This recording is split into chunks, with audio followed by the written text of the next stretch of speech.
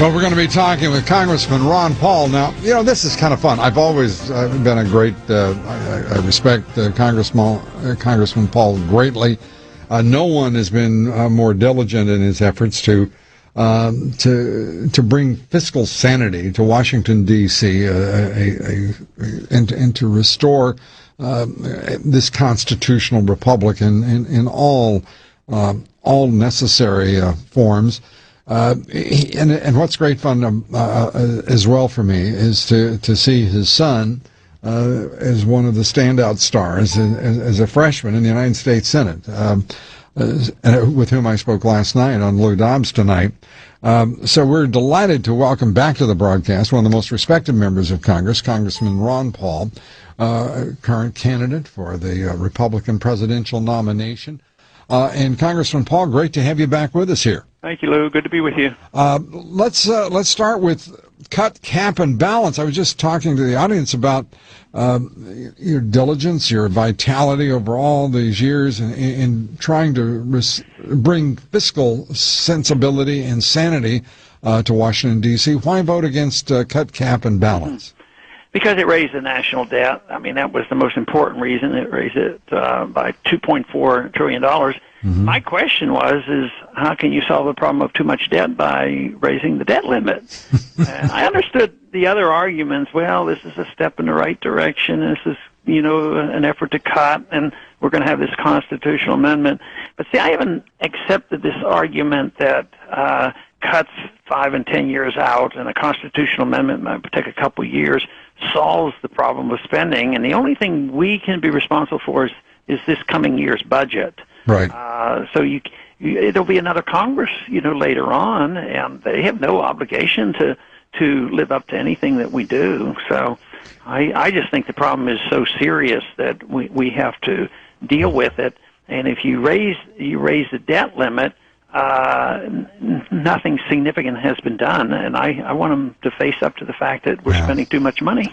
I don't know if you've seen the number of websites, news organizations that they have up on their home pages, Wall Street preparing for Armageddon, trying to figure out, what's going to transpire. But Wall Street firms are a great concern for the liberal mainstream media, Congressman, and they want these Wall Street firms to be prepared if there's default on August 2nd. What are your thoughts?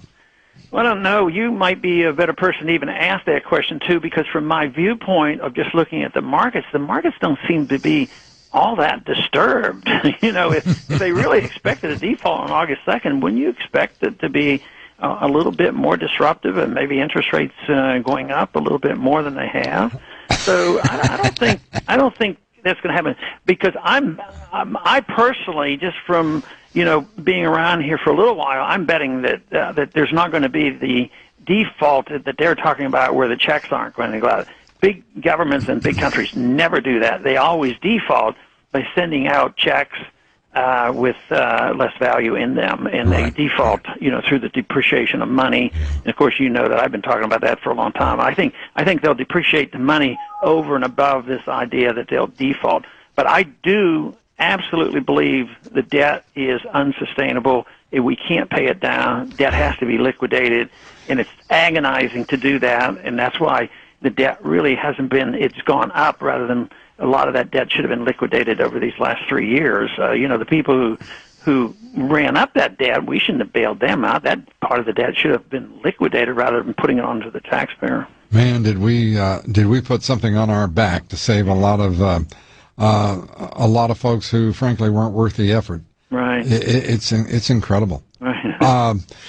Let's talk a little bit about the plans to raise the debt ceiling, because there's been a noticeable, dramatic shift in Washington from whether the debt ceiling should be raised or whether it shouldn't, to across the board now. I mean, there's one plan trying to outdo the other's plan every day. Right. Whether it's the president's, he was going to have a grand bargain. Vice President Biden was going to lead that small group of bipartisan geniuses forward, and they're going to come up with a solution. Then there's the Gang of Six, which Tom Coburn made the Gang of Five, and then somebody made into a Gang of Six. Then we had cut, cap, and balance, which is the gang of 234, which is the only legislation that has been voted on and passed that would actually raise the debt ceiling with conditions. What do you make of all of this? I think it's political grandstanding. People are, going to the wire to see who's going to get blamed and who's going to maintain power and who's going to win the next election. I think deep down in their heart they know that somebody's going to give, and it's not going to, they're not going to go past that day. I think this is exactly what we did for so long on the continuing resolution. Yeah. We knew they would finally come up with something, but it was always a blame game. Who can be blamed for the problem? And both sides play that, and it's power and blame, and I think that's what they're doing. There for a while, the last day or two, we were told, just hang around, you're going to be possibly voting Saturday and Sunday. But then today they said, no, there won't be any votes. So it's all this maneuvering. They never told us what we might be voting on. but evidently the solution isn't there. But I think this August 2nd date, not that I'm a cynic at all, but August 2nd is about that time, the summer break is coming, and there's a lot of trips planned. And that's one thing that they tend to agree on. We can't. And some of those trips are campaign trips, right, Congressman? Yeah, some people do campaigning, but some people like to go around the world too and take their families with them. I understand. Senator Harry Reid's just mad as heck at you guys for taking the weekend off. I mean, he is furious with you. He doesn't consider you guys to be, well, in his class when it comes to being a committed legislator. Well, I hope he doesn't take it out on me. Maybe he can pick on a senator over there and let him take care of me.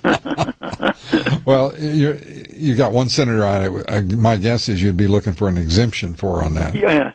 Yeah, but I've come around to believing he can handle himself pretty well. Yeah, last night I asked him on my show about, he supports cut, cap, and balance. You don't. I said, how are you, how's that working? And he handled that, as you would guess, with great aplomb and sophistication, and elevated you both at the same time. Yeah.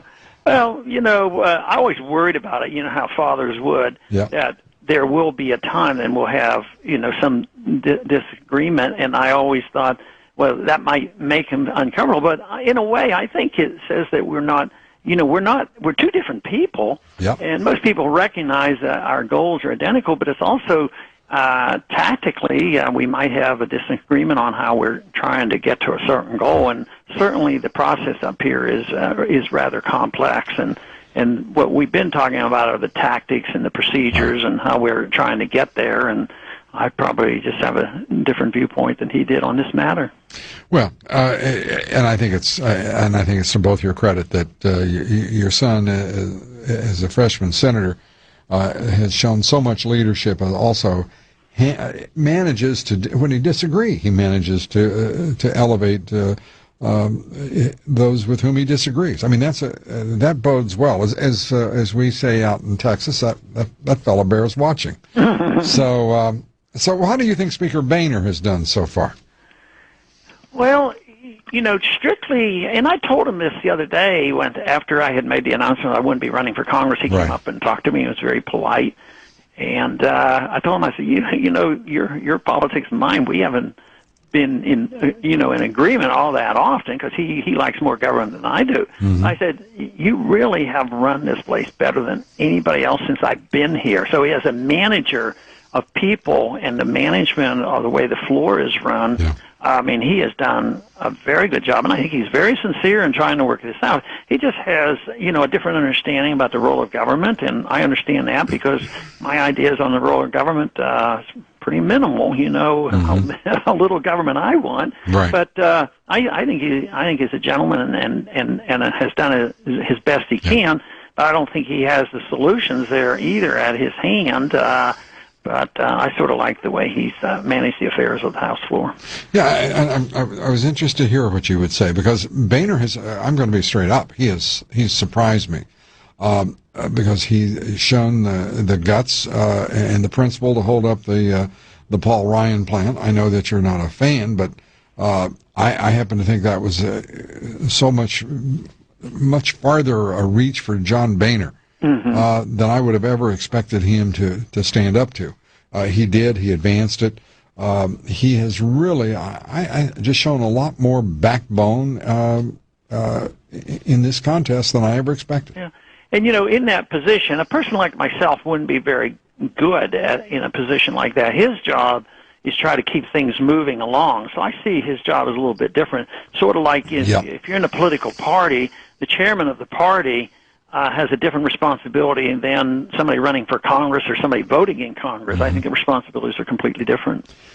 So how do we resolve this, and how soon? Well, if we do. I think they'll have it. I predict that they will raise the debt limit temporarily, maybe enough to get us by another month or so, let the trips go about, and maybe let the tone change a little bit.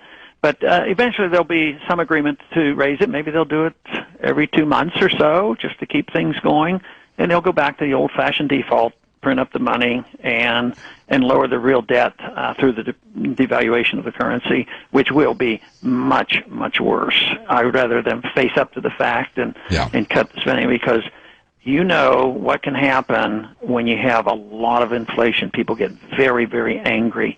And the price inflation right now is much higher than they admit to. Right. It's probably well over 9% according to some private free market economists.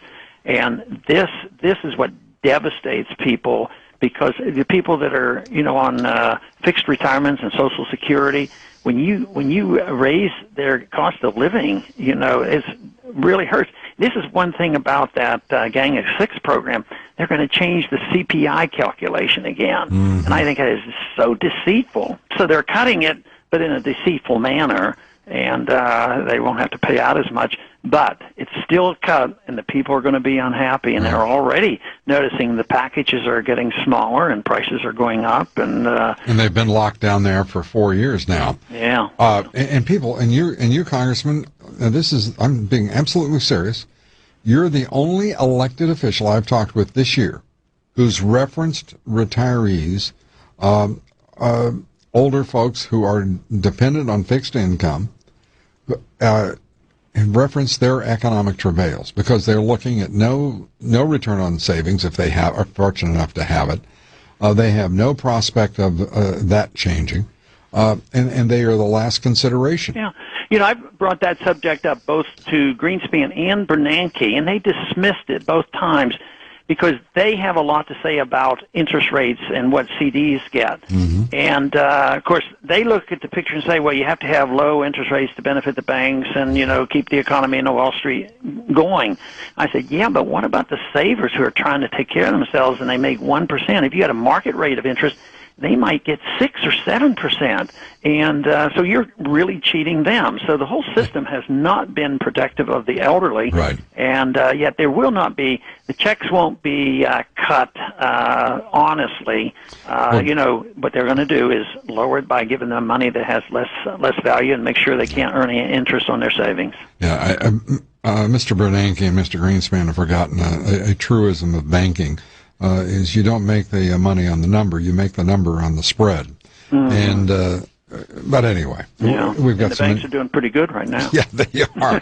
It's a heck of a business to be in, isn't it? Maybe we're in the wrong business. Well, and have been for a very long time. Bankers are in the right business. Yeah, but I couldn't sleep at night if I was making money doing that. I would have trouble with my conscience. Yeah, you and me both. And by the way, I'd get bored to tears. Yeah. So, anyway, and I know you would as well. Congressman, it's always great to talk with you. Thank you for being here. Lou. Good to talk to you. Wish you all the best. Congressman Ron Paul, Republican candidate for the presidential nomination. We're coming right back with your calls, your views, your thoughts.